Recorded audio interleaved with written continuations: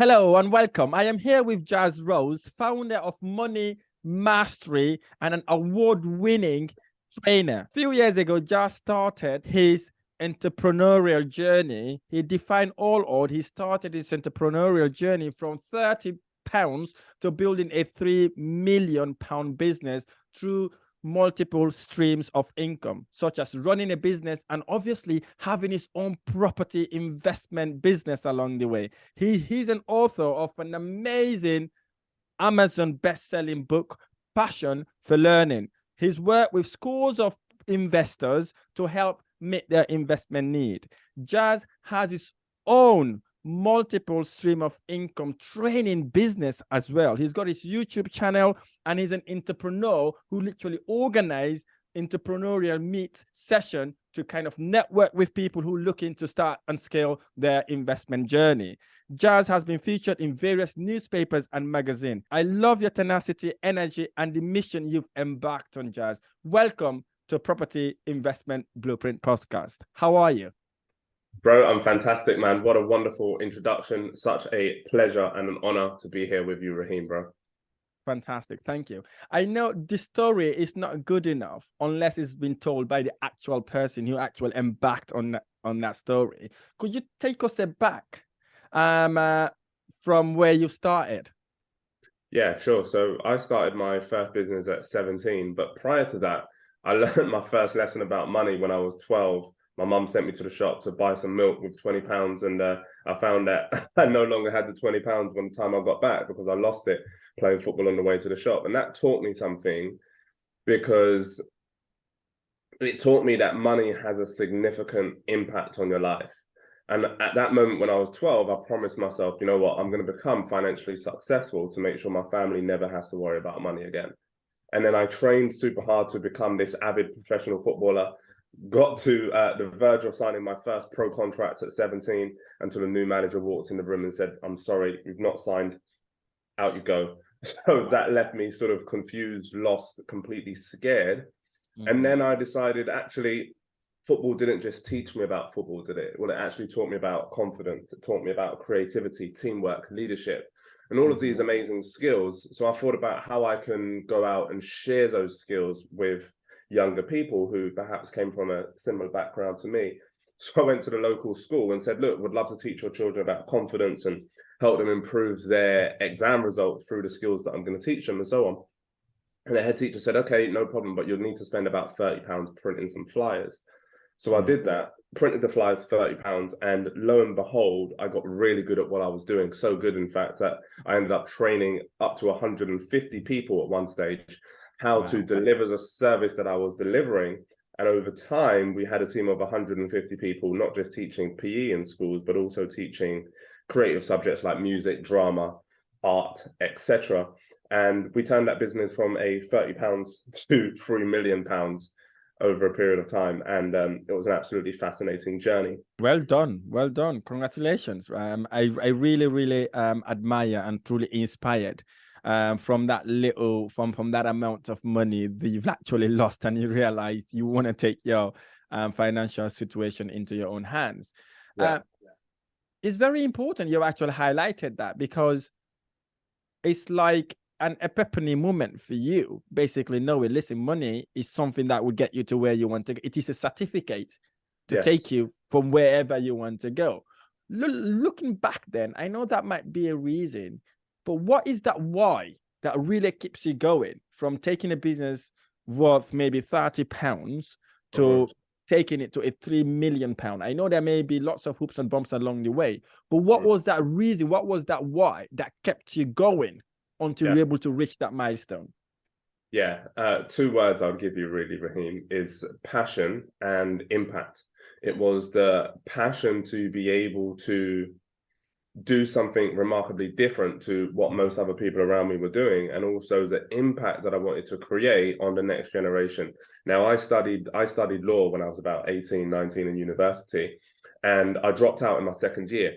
And one of the reasons that I dropped out was because I started to think to myself, well, if I want to make a real solid, powerful impact in the legal industry, in essence, I started to learn more and more is that actually it's going to take me a very long time to be able to make a powerful, lasting impact inside that community. But when I used to finish university at around 2 o'clock and go and teach my after school clubs, and I used to teach little Johnny and little Sarah like how to throw a ball and how to move, and like I was able to make an impact immediately, an immediate impact, turning them from somebody that was completely unconfident, shy, uncomfortable, and so on, to somebody who was actually leading the game, somebody who's actually communicating more effectively, and so on. And this didn't just show up in what they were doing on the sports arena, but also it showed up in all areas of life. And that's why I'm so passionate about what I do today, because it's about utilizing transferable skills. So I teach professionals and entrepreneurs now to transfer their skills into the right environment so that they can increase their income and increase their impact. And that's how I help like many of my clients go from sort of doing, you know, £2,000 a month to doing £2,000 a week. And then I show people how to go from £10,000 a month to doing £10,000 a week. And the impact of that generates for me is just like absolutely remarkable when I see those messages and so on.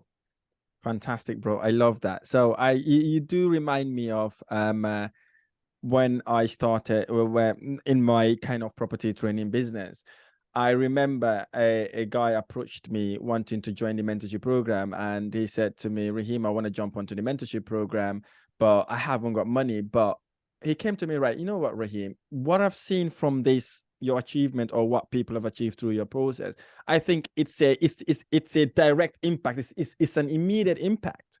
So that same person jumped onto the mentorship program. He finished university with over £30,000 debt, only to have landed himself a job that I think it was about £25,000, so maybe £20,000 a year. But then what he realized was when I told him the impact he will get from what you and I do, it's like you get the result immediately, almost immediately. So what happened was he joined the program.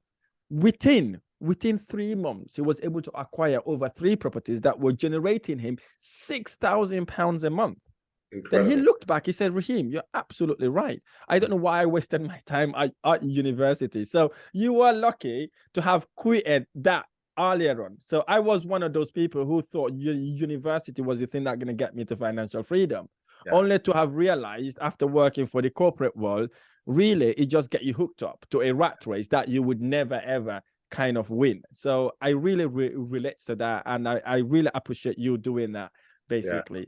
Yeah. I always say to people, school is not designed for you to be successful. Absolutely. So you've got to get yourself into a different environment where actually you can expand your skill sets, expand your horizons, and expand your income. Yeah, you're absolutely right on that one, because I get stuck on it. You know, I had to finish it. But looking back, if I'd known what I know now, I would have never gone to uni, because it was just a waste of time. By the way, if anybody wants to go to uni listening to this podcast, feel free to do so, experience it if you're doing it for one experience. But if I'd known in hindsight, I would have never gone, right? Because I realized that when I started working, it was just a waste of time. And what really resonated with me is because I was used to work directly with my directors. I used to work in the city. So I was about to do something we call SEMA, to become a chartered accountant. Yeah. So I asked my then director and said, of all the degrees you've done and all the qualification, what really have you used? He turned around and told me, listen, Ray, you want me to be honest with you? I said, yes. I only use statistics. Right? I was like, what statistic? He said, yeah, that's the only thing I used. He said, these degrees just to get you through the doors. And if you're able to play work politics and kiss asses, then it will be for you. You can grow through the ranks. Then I realized, really, I wasn't made for that. You know, I wasn't really made for doing things like that, kissing asses, playing work politics and all that sort of thing. But that then start getting me to think about, what can I do next? Yes. You know, and because I was so hooked, I did the SEMA. Right. But I realized maybe at the end of the actual qualification, right, if I do this, I can only get the rope tighter in my neck. So I decided to look for something else. So I really, truly admire people who quit earlier on instead of getting hooked. So well done for doing that, bro. And you see the entrepreneurial journey. It's a journey that sometimes is very hard to kind of explain to people because it's unique. Every individual is unique. And now you've got multiple source of income streams, and you're into the property business. You are investing in different platforms. So what would you say to someone who's just about to start their entrepreneurial journey? Yeah, the most powerful and most important thing about starting your entrepreneurial journey. I'll give you one of the best sort of insights and things to think about right now. Is so many people think, well, in order to start a business, I need money. And in order to get money, I need to do all of this research. I need to get all of this data together. I need to plan. I need to create the perfect business plan, and so on and so forth. The biggest insight that I can give you that has helped me so much and will help you, and as in your listeners, is to sell it first, create it second.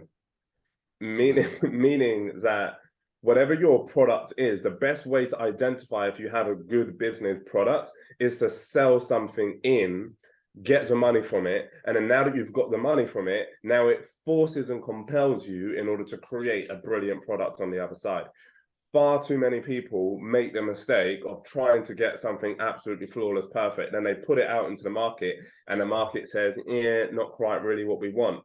So you've got to be able to sell it first, make that impact for people, show people the value of it, and then start to create the product behind once you've sort of got the payments in, once you've got the money coming in. So many people make the mistake of trying to do it the other way round, but really it's sell it first and then create it second.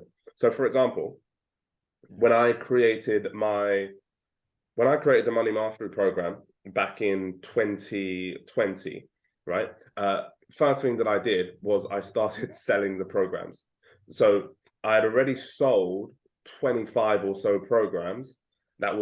Program was starting at the end of September. By the 1st of September, I already sold about 25 programs. And then that's when I started creating the program. Because that's when I knew I had commitment from the people that actually this program is something that people want, and actually something that is something that is viable. It is something that people actually want to commit to and people want to learn. So therefore, then I had 30 days then to go and create the program and make it the remarkable program that it is today, or at least the start of it. And then as we grew over time, we just built it up and made it better and better and better. And we continue to do that every day as we continue, proceed and progress. Brilliant. So I like that idea, because here's the reason why I like it, is because one, it forces you to actually get it done. Yes. Right?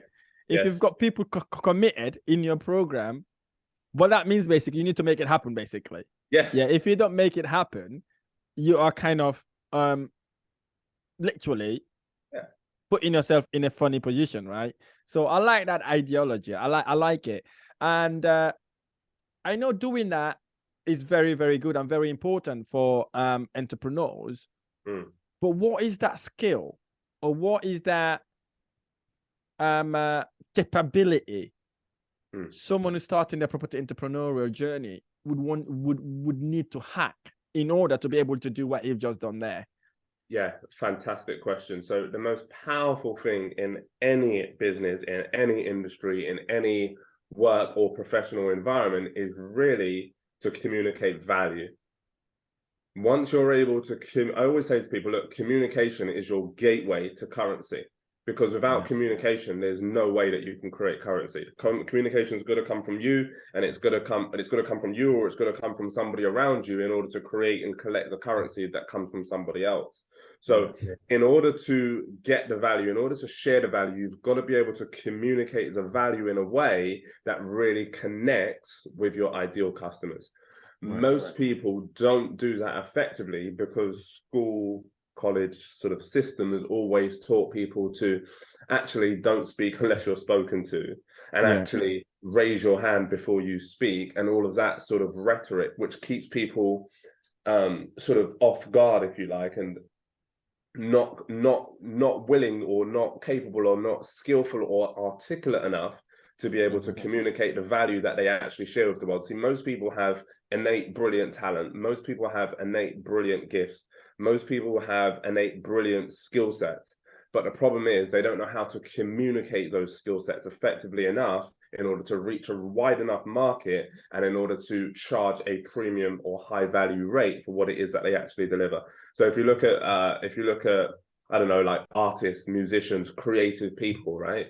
They're very good at their art. They're very good at their profession. They're very good at their skill set. But what they're not good at typically is communicating the value about what they do. And one of the things that really frustrates me, it probably frustrates you as well, is seeing really talented, skillful, and ambitious people, but they're just stuck in this rat race cycle and thinking, well, I can only do this. I can only sit here in this little box and do this little thing that my little boss has told me to do. And actually, if you continue to do that, then you're only going to get a little bit of money. Right. But if you expand your skill sets and you learn to communicate in a way that creates currency, there's no stopping money continually flowing into your bank account. Wow. Wow. I like that. That is impactful, bro. I love that.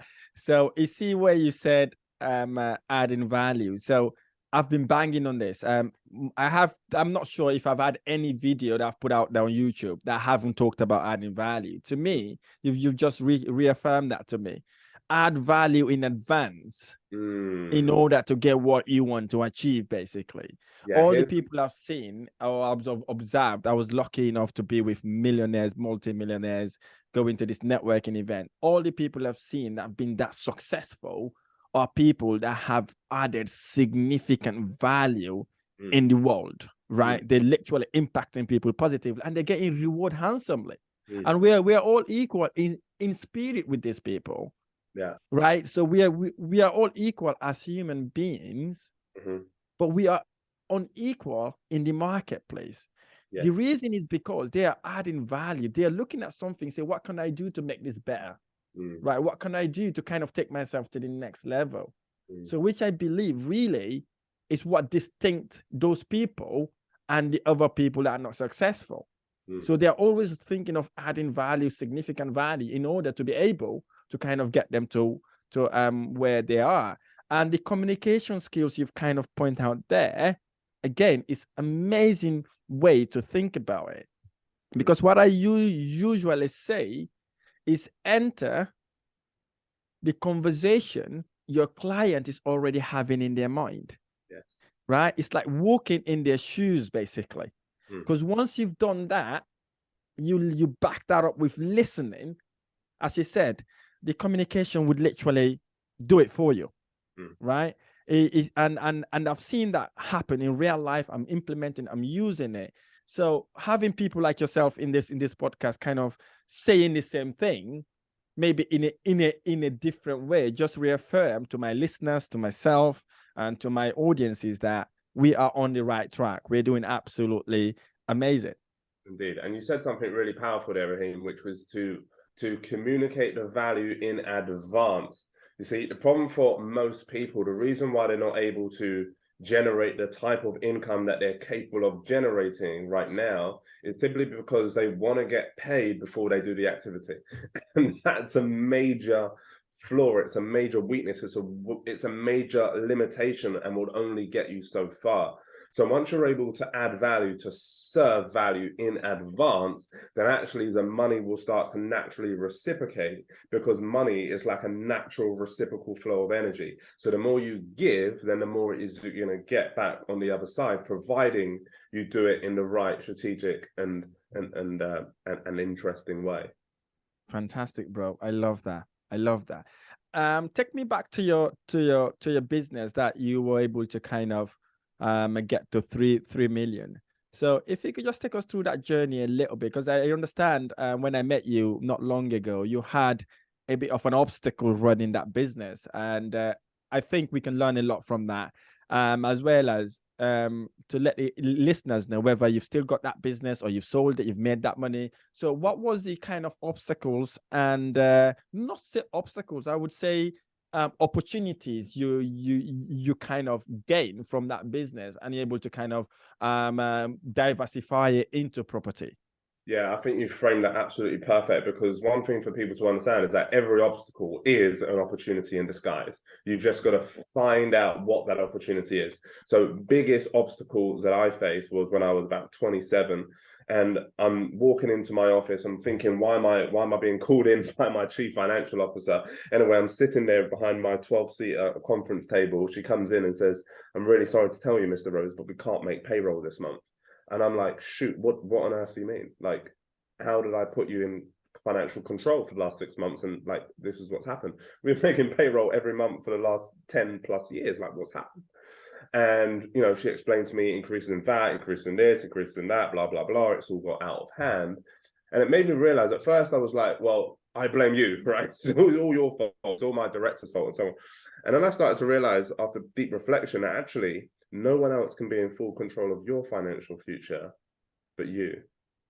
So irrespective of, yes, you can have other people's support, but actually you've got to be in full control of your finances. So that's when I started to really pay attention to, like, how do I grow wealth? How do I become incredibly wealthy so that actually these financial kind of mistakes don't reoccur?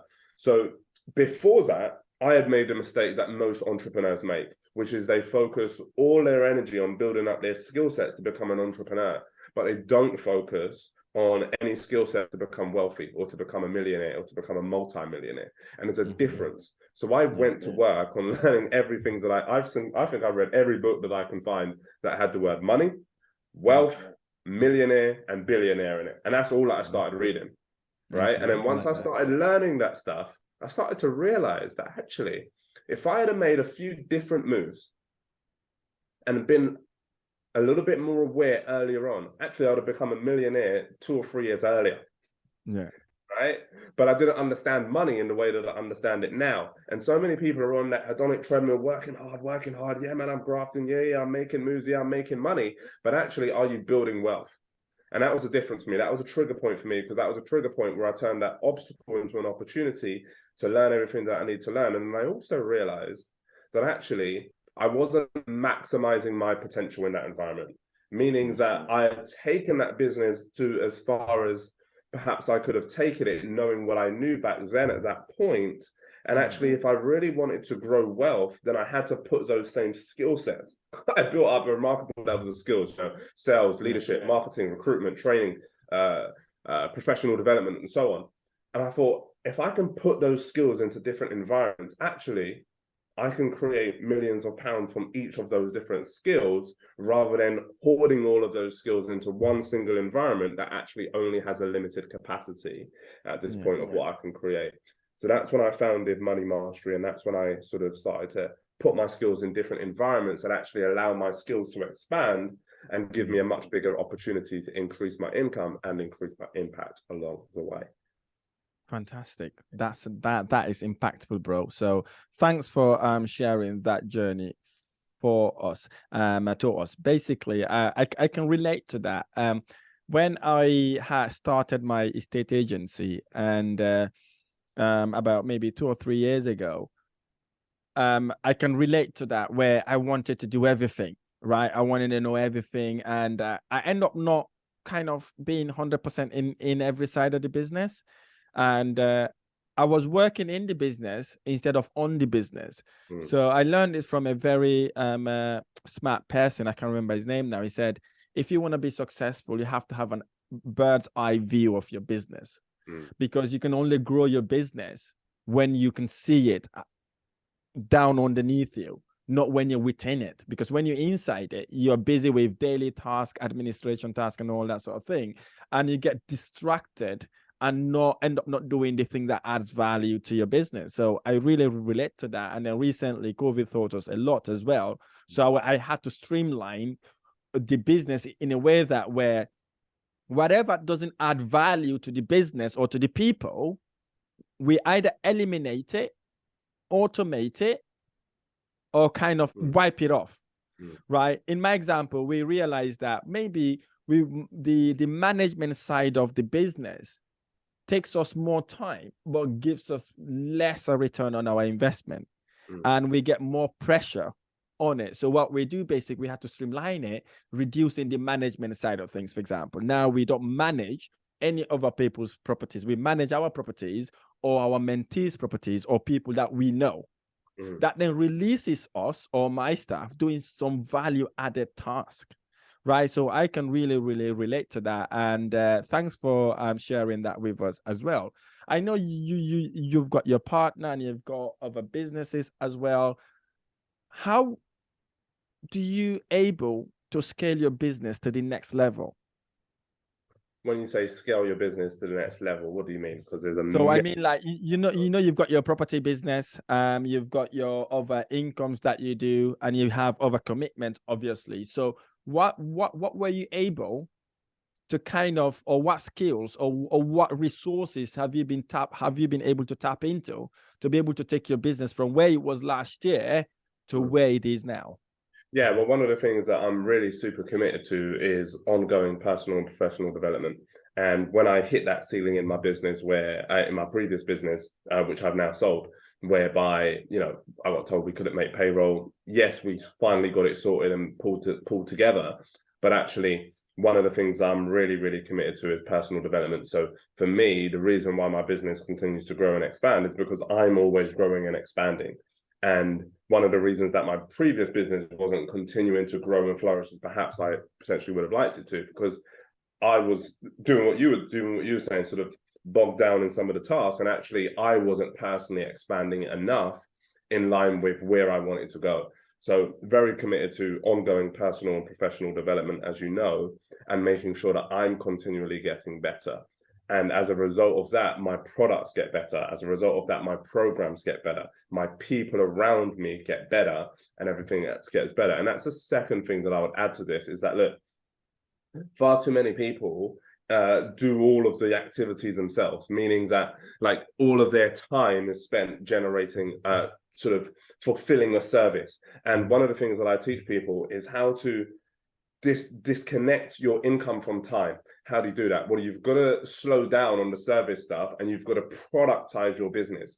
What do I mean? You've got to make sure that your business is working for you rather than you working for the business. And the way that you do that is and look, now we live in such a brilliant and beautiful time where we have things like Zoom, we have all of these digital products and digital things that we can create. And people have got to really learn to customize that so that they can create products that actually sell for them rather than them having to go out every single day, get on the grind, and then make the money. Actually, you can make the money digitally, you can make the money virtually by productizing what it is that you do and packaging it in the right way, positioning yourself as an expert, and then that's going to create a lot of value and a lot of currency for you as well. I like that, bro. Thanks for sharing that with us. So I know you are doing properties and you've got other businesses. I'm going to ask you a tricky question here. I hope you're able to answer this question is, what does normal business entrepreneur like yourself know that property investors do not know? Great question.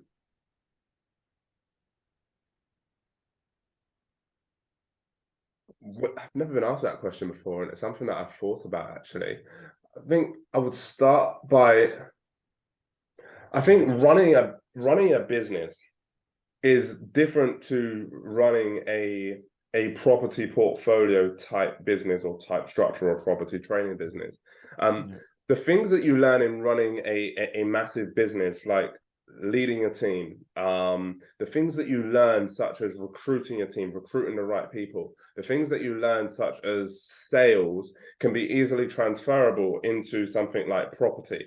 And all of those skills, once you master those skills and you master the marketing behind it, I'll tell you what the direct answer is. The direct answer is marketing.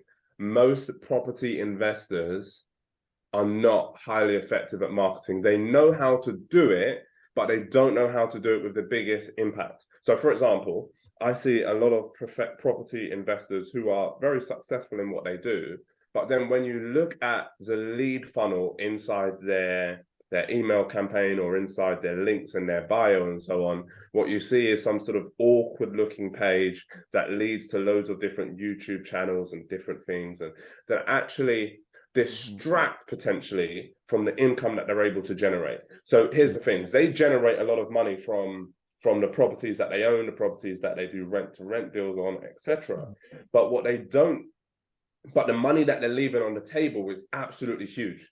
The money that they're leaving on the table from their training products, their training businesses, is absolutely massive. So what I would say that a lot of property investors need to learn is really how to productize their business, how to package it in a really succinct and seductive way that attracts people to come through that funnel and to invest into that person, invest into that product, invest into that package and that solution, so that actually they're able to create a far bigger impact. Because most people, when they get to that level, it's not about the money. What they really want to do is create a huge impact. Correct. Yeah. So in order to do that, you've got to have a sales funnel. You've got to have a marketing system that sells the product, sells the program, sells the process for you, rather than you going, all right, just click the link in my bio and you'll get some sales, but you're actually not maximizing that opportunity. Does that answer your question? Yeah, definitely, man. I like that. Good. Thank you. Your enthusiasm and energy is what draws me to you, especially when the first day I saw you in that event, I didn't get to talk to you. The second day I saw your energy coming out in you. I really, really admire people like that. You are very calm. You're not you're not like one of those that you can see like, you can see you're not worrisome. Okay. What really keeps you going without you losing your enthusiasm and your energy to kind of take you to the next level? Yeah, great question. Impact, man. It's waking up to that message in the morning that says, Jazz, I did what you said and I made £80,000 this month. It's been amazing. It's waking up to that message in the morning that says, Jazz, thank you so much. I've just bought my dream home. It's waking up to that message in the morning that says, Jazz, I've just been able to generate £3,000 a month from this rent to rent deal. I've been walking past it all the time and I just didn't know what to do. And now I've got it. So it's being able to bless people with the opportunity, the skills, the awareness to be able to go out and create remarkable value for their family, create remarkable value for their community, and also be able to sort of do more of the things that they love rather than being tied up in a business, being tied up in some sort of rat race mentality, where actually they're not doing much apart from working. Fantastic. Thank you.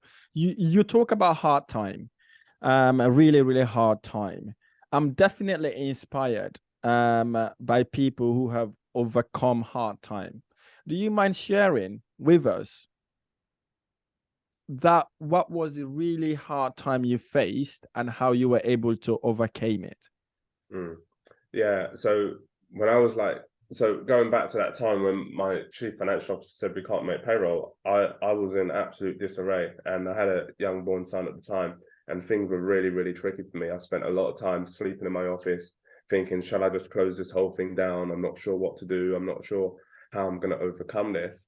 But actually, I had to dig deep within myself and think, well, why did I start this thing? And I started it to help other people, children in that scenario, to develop their confidence, to develop their resilience, their bounce back ability from challenges, right? It's like that, look, when you see that little kid fall on the floor and they're about to cry and say, come on, we can help you out, we can overcome this, right? So then I had to unleash that inner child within me and actually say, no, I can overcome this. I can recruit the right people. I can do the right things. And I managed to keep that business afloat, build it back up to where it needed to be. And yeah, that was one of the huge sort of challenges for me, at least professionally, that I had to overcome. And I realized through that overcoming, there was so much wider opportunities available for me. I just had to dig out that gift that was inside and start to put it into the right environments. Well done, bro. Congratulations. I'm really, really inspired by that story. Last question, and then we can go for a quick fire round question. In the business world, social media or society, I see the first world problem is overwhelm, right? There's so many social media channels, everything getting thrown at us. You can see people driving Lamborghinis, in their amazing houses, showing off and living lavish life, buying houses left, right, and center. How do you deal with overwhelm? Because you manage so many things, you do so many things yourself. How can people get rid of that overwhelm and stay focused in their journey? Yeah, great question. First, I don't tend to get overwhelmed a lot because a lot of my business is productized, right? So I learn a lot more than I do, meaning that I spend a lot more time studying what I do and learning about what I do and learning how I can get better more so than I spend actually doing the thing, which is super cool, because then that just allows you to keep on getting better. How would I encourage people to tackle overwhelm? Well, the first thing that I would ask is it overwhelm or is it opportunity? You know, you spoke about social media and people driving nice cars and so on and so forth. Well, first you've got to learn to disconnect your energy from social media at the right time, right? So everybody's frequency is different. So are you on social media to learn? Are you on social media to entertain yourself? Are you on social media to find yourself a new opportunity? Because actually, if you start to identify why you're on social media at this particular time, then actually you don't feel so overwhelmed. Actually, you feel more alive and you're more intensely focused on the outcome that you want to generate. Most people go on social media without any conscious thought about what they're doing on there, which is a pointless resource. So the second thing that I would encourage people to do is I want people to really write this down, because this is so valuable and so important and not enough people do it, is turn off your phone for at least 1 hour a day. Wow. Why? Because your brain is like a computer, and you know, like when your computer's on or it's on sleep mode, but it's got 50 different applications running in the background. That's what your brain's like when your phone is on, right? That's what your brain is like when your phone is on and when you have all of these apps open. Subconsciously, you're thinking about, how many people liked my social media photo? I wonder if I've got any inbox messages. I wonder maybe I should check my email right now. And your brain is constantly on overload. What's the problem with that?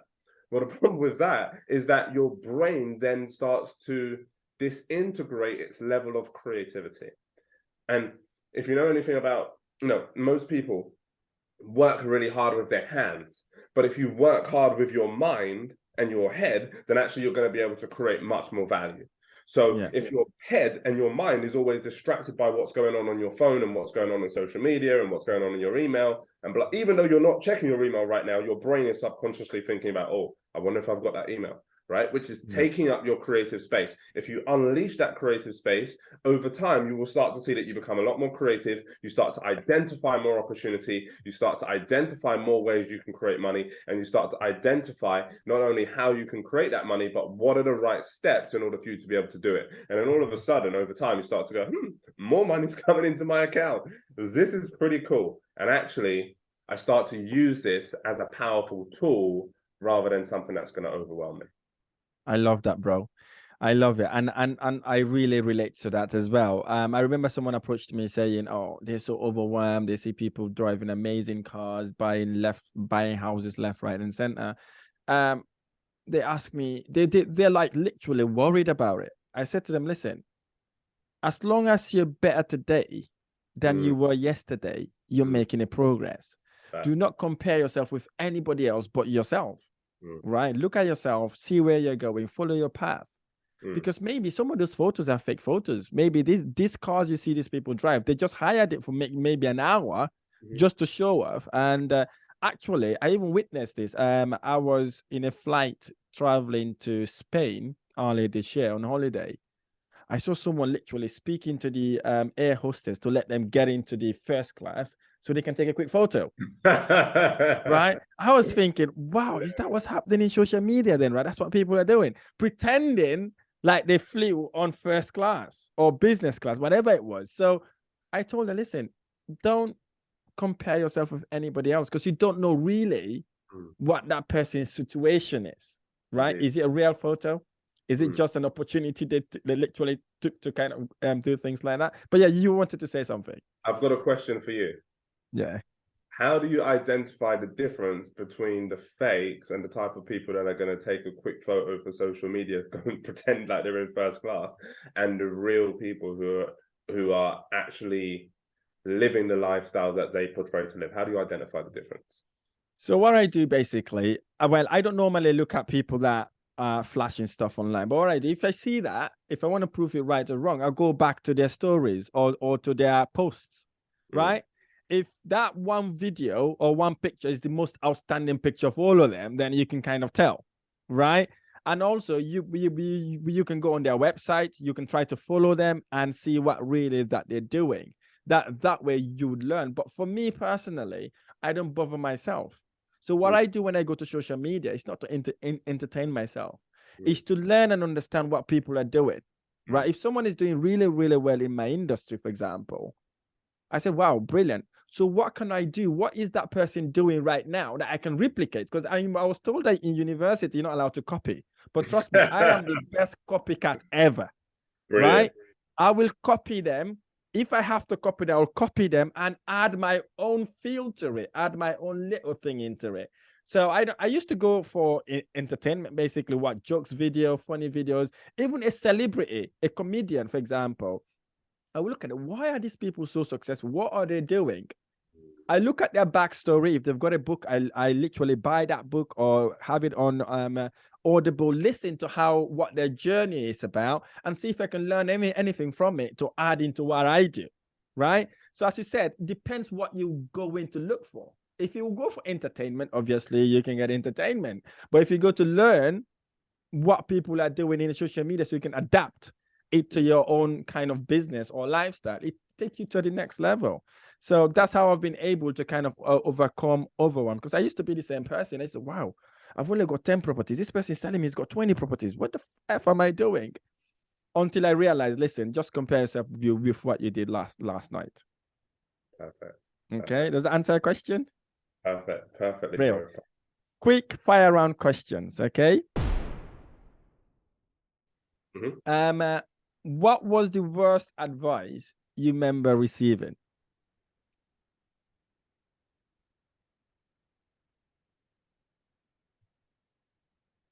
What's the worst advice I remember receiving? Probably go to university. I like that.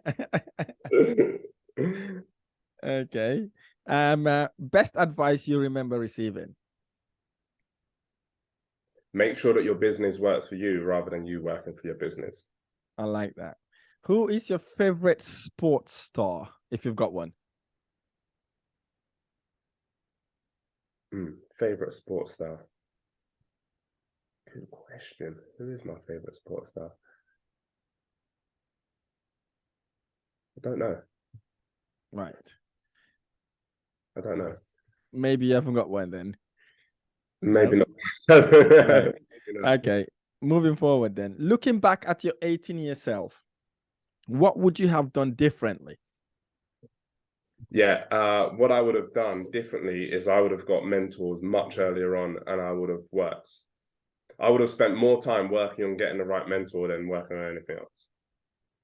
Wow, I like that. That makes perfect sense.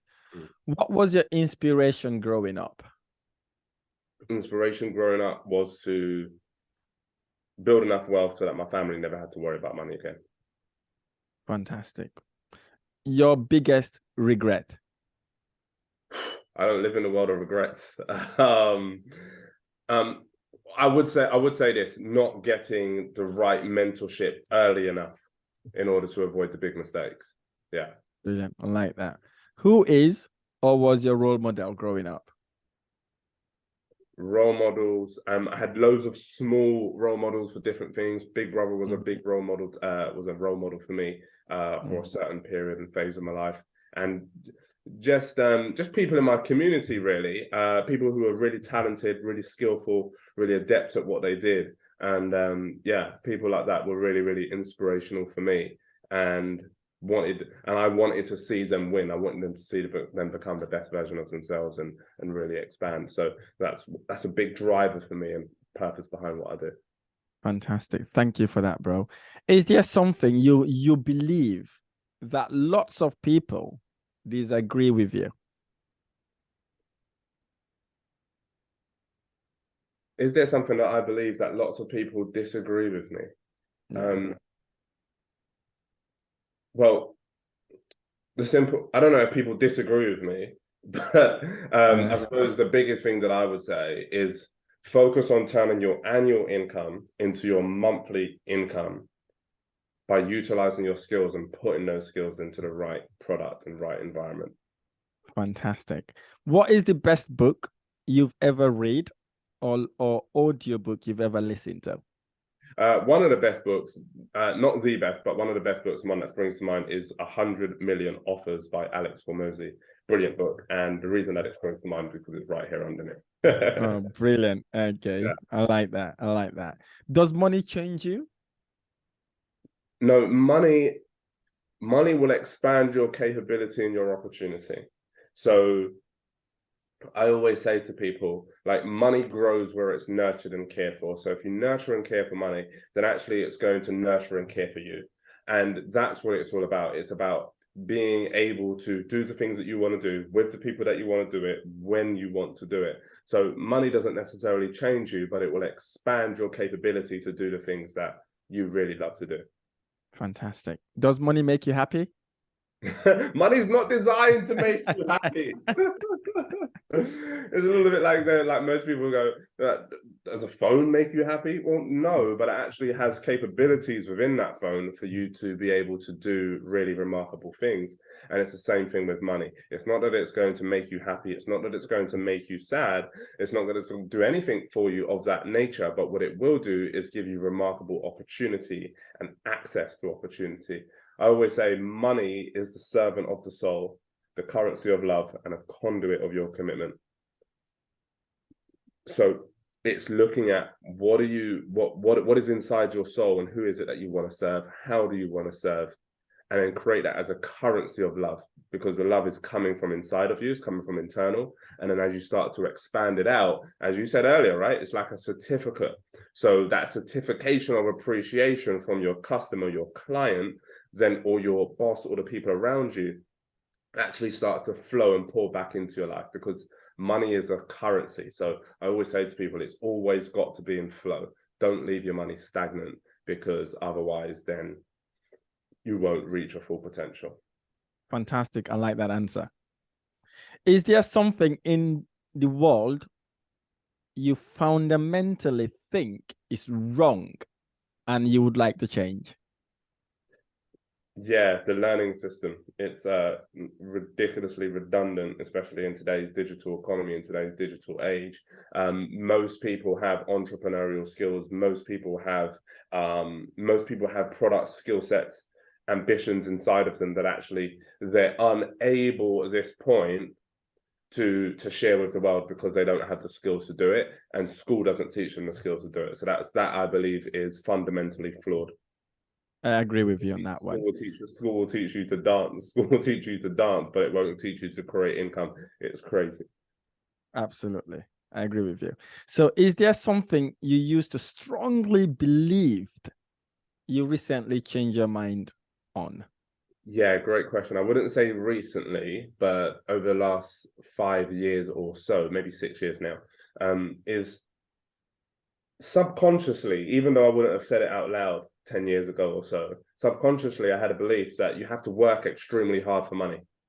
Do you relate? So then I had to unravel that subconscious belief and then start to figure out, where did that belief come from? Well, actually, that belief came from when I was 8 years old, and I was always trying to find out where my uncle was, and they told me that he had lots of money, but he was never around. So then I subconsciously carried this 8-year-old thought around with me for the next 20 years or so, kind of like holding me back. And that was one of the things that held me back subconsciously. But if you don't address your subconscious mind and what thought patterns you have within it and where those thought patterns came from, then actually your world will never expand. Your income will never expand beyond sort of a certain limited range of potentially where it's at right now. Wow. I love that, bro. This podcast is called Property Investment Blueprint.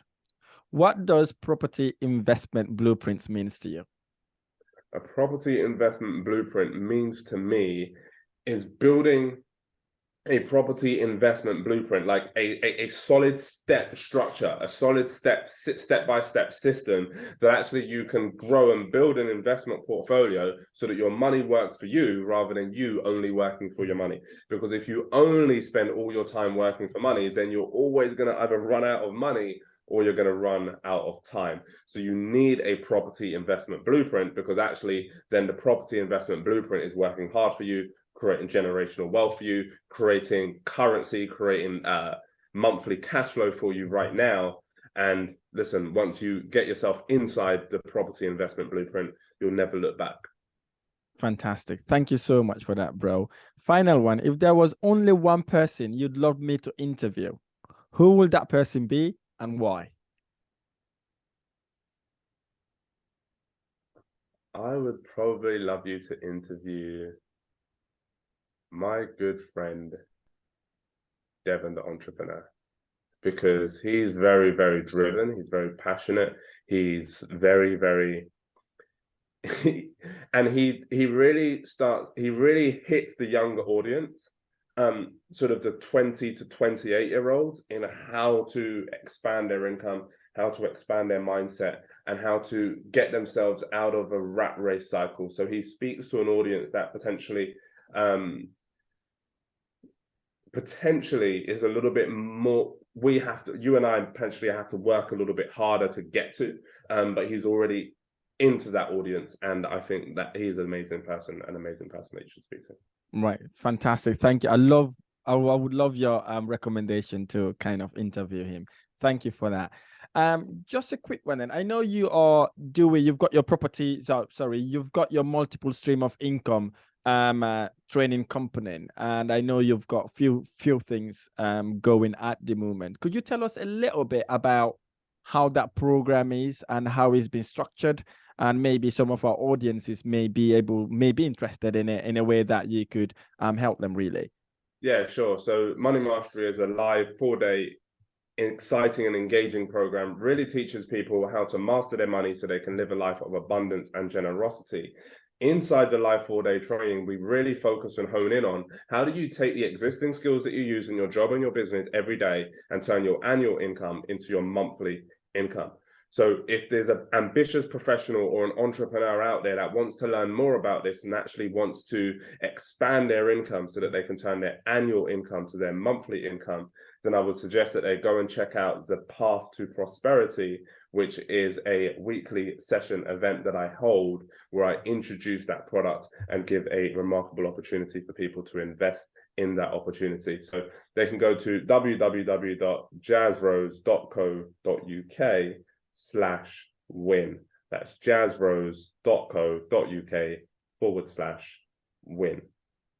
Fantastic. What an amazing way to end. And that was a great special moment for me having you in our podcast. Where should we follow you, and where are you hanging out in social media? If you want to go probably into your mastery, what are the best ways people can literally get in contact with you? Yeah, best and easiest way to get in contact with me is to follow me on Instagram. That's at Mr. Jazz Rose. That's at Mr. JAZZROSE. Go and follow me. Ignore any fake accounts that decide to follow you back, and drop me a DM, drop me a message, and yeah, I'd love to connect, love to communicate with you. Just drop the word Rahim inside the message so that I know that you came through this amazing Property Investors Blueprint podcast. Fantastic. This has been absolutely amazing, Jazz. Thank you so much for sharing your life passion with us. I love you, bro. I love your tenacity. I love your energy. And I can only say thank you, thank you, thank you. And I would love to have you back on. You've been an absolutely amazing guest. And yeah, thank you, and thank you. Thank you, Rahim. It's been a pleasure and an honor, my brother.